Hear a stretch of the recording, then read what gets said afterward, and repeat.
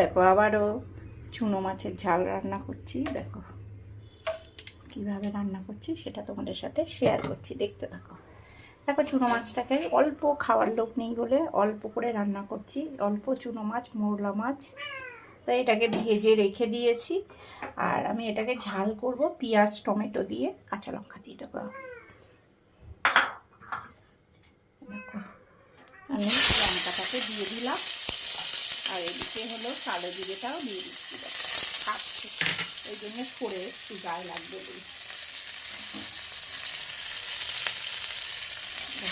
দিলাম, দিয়ে আমি কিন্তু পেঁয়াজটা দিয়ে দিচ্ছি। দেখো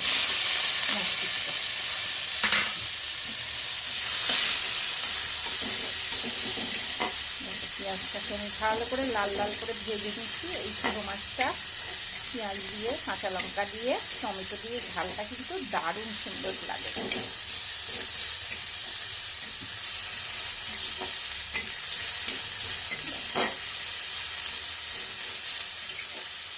অল্প অল্প রান্না, বেশি রান্না না।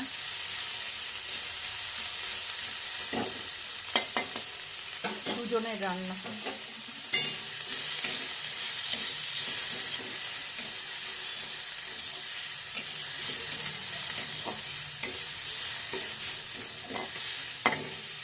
সবসময় কাটা মাছ খেতেও ভালো লাগে না,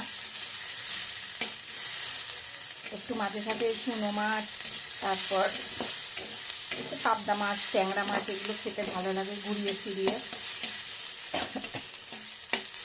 এই আমার ছেলে আবার অতটা ভালোবাসে না, ও আবার কাতলা মাছ, এইসব ইলিশ মাছ, এইসব মাছগুলোই বেশি পছন্দ করে।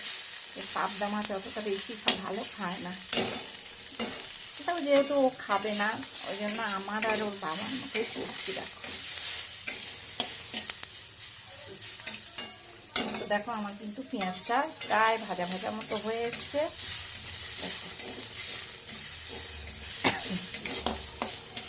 ঝাঁঝ বেরাচ্ছে।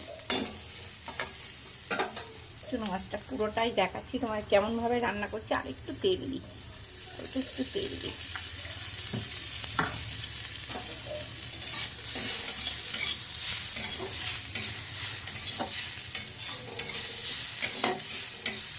দেখো লালচে লালচে করে পেঁয়াজটা কিন্তু ভাজা হয়ে গেছে।